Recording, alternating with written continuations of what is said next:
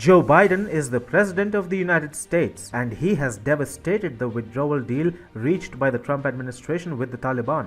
Today, the United States, due to the inept leadership of Joe Biden, has suffered its most humiliating defeat in Afghanistan.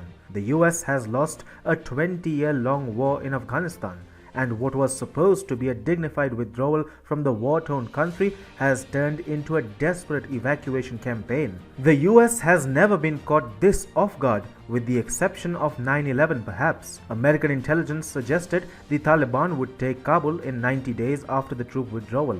As it turns out, Kabul was taken by the Taliban within hours in a humiliating failure of American agencies to gauge the ground realities of Afghanistan. But what if Donald Trump was president today? What if Trump, along with his Secretary of State Mike Pompeo, were overseeing the American withdrawal from Afghanistan? How would things have panned out in the country, which has today been declared an Islamic emirate once again? Would the Taliban be this powerful? Would Afghans be climbing onto aircraft engines and landing gear and then falling during takeoff if Trump was the president today? Would the civilian government led by President Ashraf Ghani be forced to flee Afghanistan? Let's find out. Hi and welcome. This is TFI Global, the foreign affairs and geopolitical analysis arm of the TFI Media Group.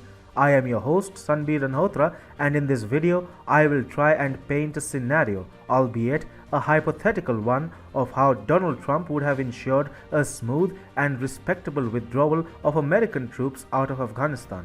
Let's begin. April 30th, 2021. The last few American soldiers stare into the horizon through the Bagram Air Base in Afghanistan. Much of the man and machinery has been wrapped up. The base, which served as the United States' center for all military operations in Afghanistan, has so many memories attached to it.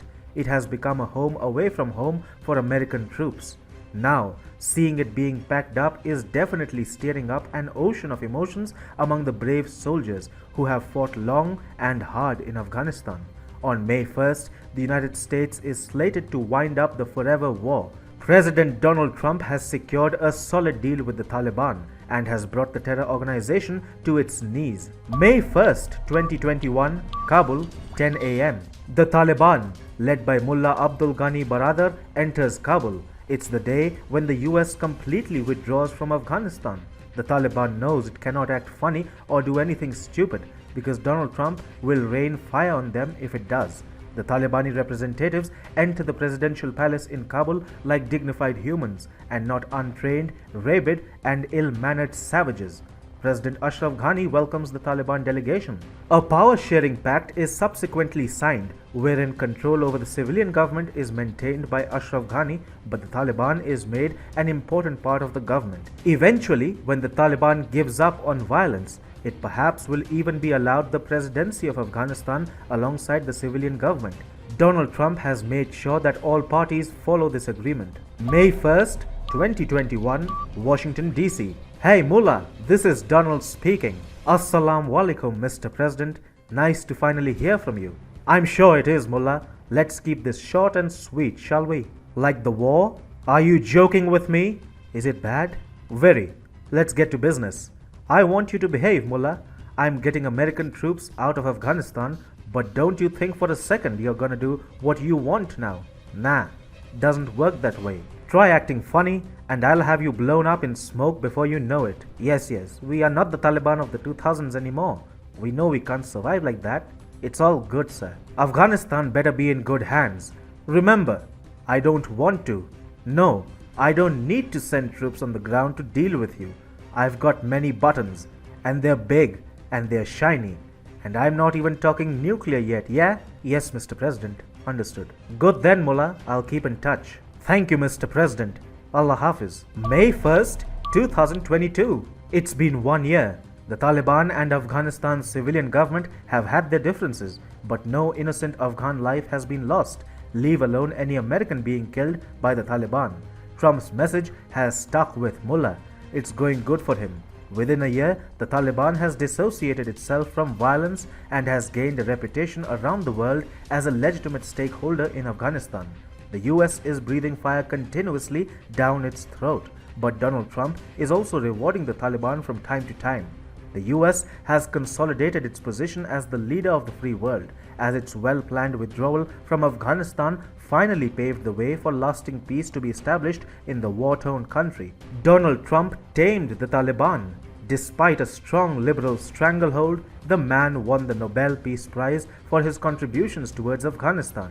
His approval ratings are soaring, and he is now dealing with China and Pakistan for attempting to use a Taliban-ruled Afghanistan to their advantage. Now let's get back to reality again. Joe Biden is the president, and he has screwed up big time. Afghanistan has fallen to the Taliban, and the US has lost face around the world. Americans are stuck at the Kabul airport, and they have been told to not come to the airport. The embassy has been completely shut. Americans are now stranded. The Biden administration is crippled with ineptitude. Donald Trump, for instance, would have brought home all Americans and embassy staffers before withdrawing the troops completely from Afghanistan. He would have left no arms and ammunition back in the country for the Taliban to usurp. He would have ensured that a withdrawal does not look like a desperate evacuation attempt. Even in the worst-case scenario, when a withdrawal and power-sharing agreement would not have been agreed to, Donald Trump would have never allowed the Taliban come close to Kabul as long as American citizens remained stuck there. They would have been brought back home safely and in a dignified manner. They would not have been left to be hunted down by a pack of Islamist hyenas. Trump is a patriot. He puts America first. The same is not the case with the Biden-Harris administration. Their withdrawal from Afghanistan has been a disaster which has put America to shame. Donald Trump would have done what it takes. No questions asked. He did not care about how he appeared serving America. He was vilified, called names, made fun of, and despised. That did not stop the man from doing his duty to the best of his abilities.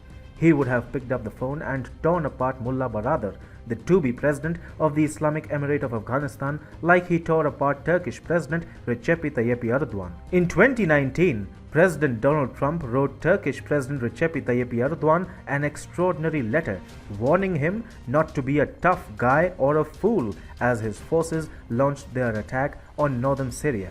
Trump continued, "Let's work out a good deal.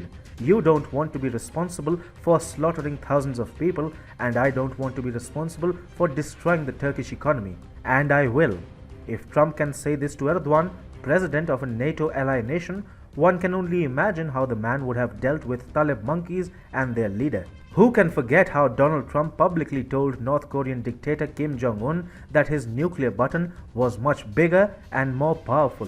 This came in response to Kim threatening the US with a statement suggesting his nuclear launch button was always on the table. Trump also cautioned North Korea against threatening the United States. He said they will be met with fire and fury like the world has never seen. He has been very threatening, and as I said, they will be met with fire, fury, and frankly, power, the likes of which this world has never seen before.